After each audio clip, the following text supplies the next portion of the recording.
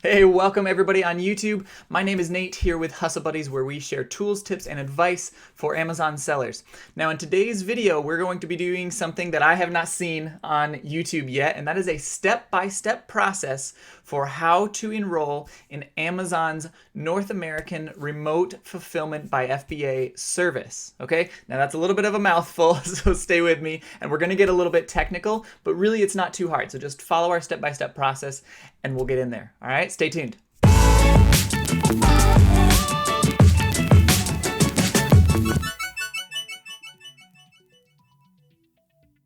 Okay, before we go through the step-by-step process of how to get this set up, I want to explain sort of what this is and why you should be doing it, okay? So what is this Amazon Remote Fulfillment service? Well, basically, Amazon launched this back in September. Well, they actually launched it a long time ago, but they re-announced it in September and they sort of rebranded it. It used to be called NARF, North American Remote Fulfillment. Now it's just called Remote Fulfillment by FBA. And so there's a little bit of confusion going on the internet as far as what this is, but that's what it is.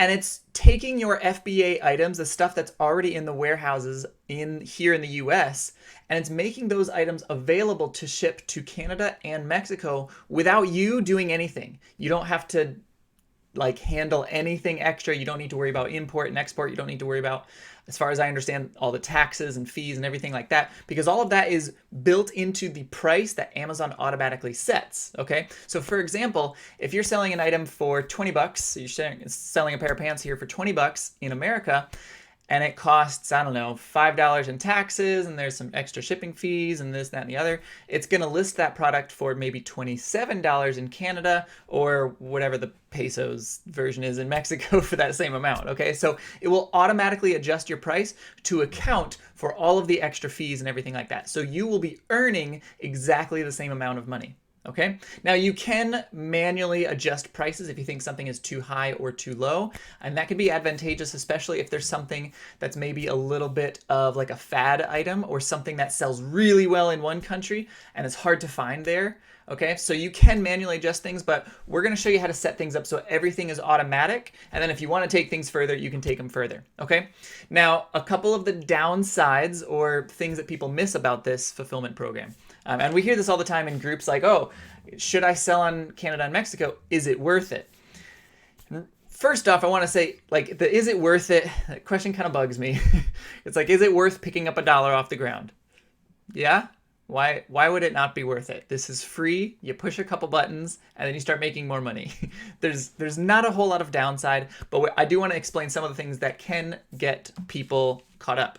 So this works through your Canadian seller account and your Mexico seller account. Okay, so you do need to make sure that you have those. If you go to Seller Central and you look right up at the top next to where your seller name is, it should say like your seller name ABC123 LLC, and then it'll say Amazon.com. Click on Amazon.com, make sure you see Amazon.ca and Amazon.mx. Okay, you will need to do that, and I'm not going to explain how to do that because most of us should automatically have those set up. Okay, if not, figure out how to get those set up and then come back and watch this video. Okay, so assuming that you have all that set up, you should be good to go.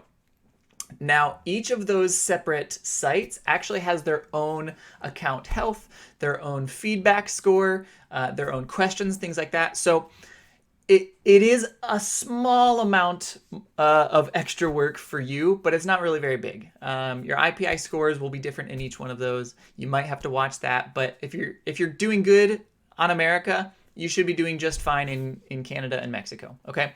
You will have to deal with seller questions a little bit. Now, we rarely get actual seller questions. It's usually people saying, where's my package, or you're price gouging me, okay? If you exclude those, or it's the brands that are trying to give you like IP claims in the wrong way. If you exclude all the ones that you don't have to press ignore on, you're left with very, very few, and that's selling here in the States.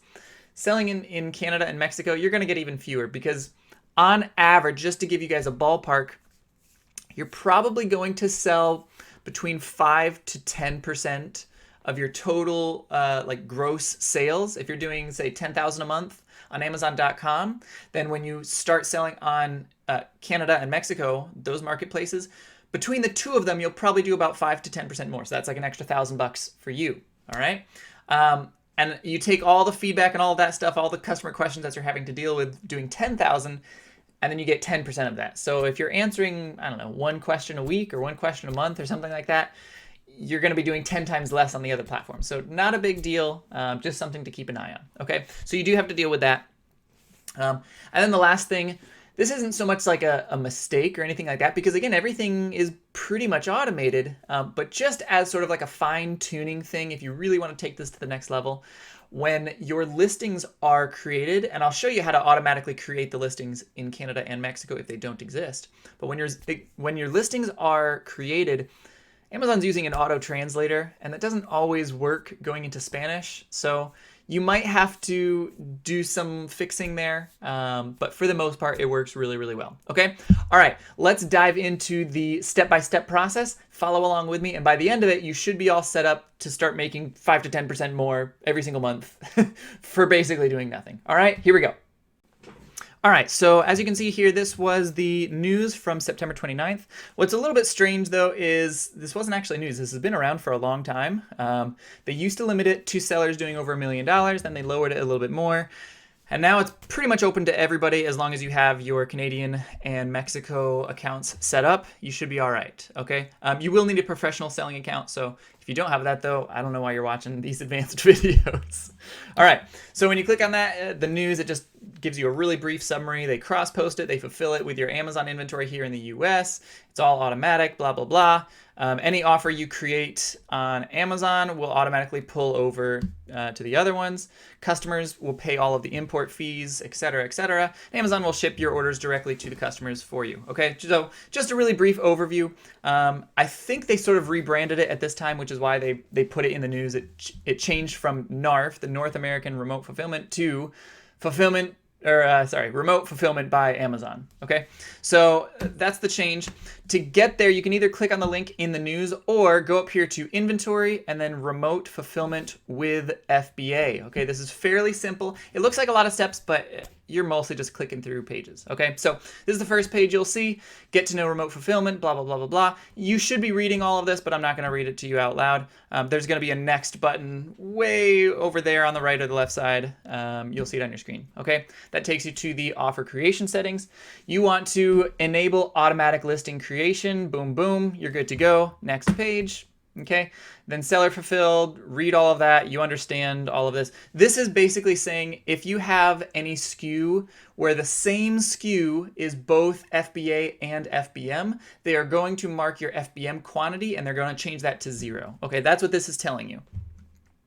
So yeah, go through all of that and then you click enroll. All right, once you click enroll, it's going to take you to this page.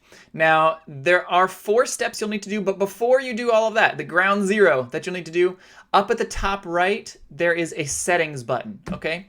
Click on the settings button, and it's going to ask you if you want to enable automatic listing creation. You want to select this first. I'll explain this in a second. Select this first, turn that on, and then you're going to go to your Build International Listings section, all right?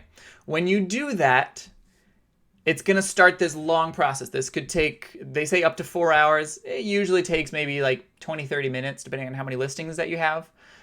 Sure, if you've got millions of listings, it might take 4 hours, but it'll probably take 20, 30 minutes. So you'll see this screen. What this is doing is this is taking your .com listings and it's changing them or turning them into .ca and .mx listings. So it's doing all the translating, it's taking all the bullet points, it's taking all the descriptions, all the images, all of that stuff. It's being transferred to the other 2 sides, okay? Once that is done, then you're gonna go back to this screen, okay? And this is where you do step 1, 2, 3, and 4. So step 1, you're gonna have to generate a report. This takes all of your FBA inventory and it puts them into an Excel sheet. You download that, that's step 2. Step 3 is you actually have to go into that individual file. I wrote this a little bit wrong, but you'll have to go into that file. This is what the Excel sheet looks like. You're gonna have a long list. It's gonna have like all bajillion of your SKUs and ASINs and all of that. And assuming that you want to enable them for both Mexico and Canada, you're gonna put yes, and then click and drag in Excel. Yes, click and drag in Excel, just to add all of those. Save that, and then upload it back here. Okay, so you're going to upload it here to choose file, upload, you'll see your file. If they have any errors, you can fix the errors. Usually the mistake that people make is they try to do steps 1, 2, 3, and 4 before they do this ground zero, set up your settings. And so when they choose the file and upload it, it'll say, oh, you've got, I don't know, 1,000 ASINs and 1,000 of them gave us errors. That's because 1,000 of them didn't have listings on Canada and Mexico. So the first step that you need to do is make sure you have all of that stuff set up in Canada and Mexico. Make sure everything is being automated, that it's creating those listings for you. Then go through and choose this for everything. Now you only need to do this once. Once this is set up, you're good to go, okay? So set it up, you'll be good to go. From then on, every listing that you create is automatically translated to Spanish for the Mexico marketplace. It will automatically also be created on Canada, and then your stuff can start selling. You'll see when you click on manage orders, like if you're looking at your app, you'll see a little notification of where the order came from. If it was .com, if it was international, .ca, .mx, so on, okay? It's fairly simple. And again, once you turn this on, you should be making 5 to 10% extra every single month on all of your sales, okay? So turn on all of these settings, make sure those accounts are in good standing. Sometimes you'll see weird things in those other accounts. So make sure your Canada and your Mexico accounts are in good standing, fix anything you need to fix, and then do this, all right? We will see you in the next video, guys. Let me know in the comment section what other kinds of videos you want to see. This particular video was one of the most requested videos in our Facebook group, and so we made it for you guys. That's what we're here for. You ask, we deliver. So write down in the comment sections what other videos you would like to see, and I'll see what I can do. Also, don't forget to check out our Facebook group, facebook.com/groups/hustlebuddies. It's a great community. Ask your questions there. Join the conversations. We'll see you over there. All right? Hustle on.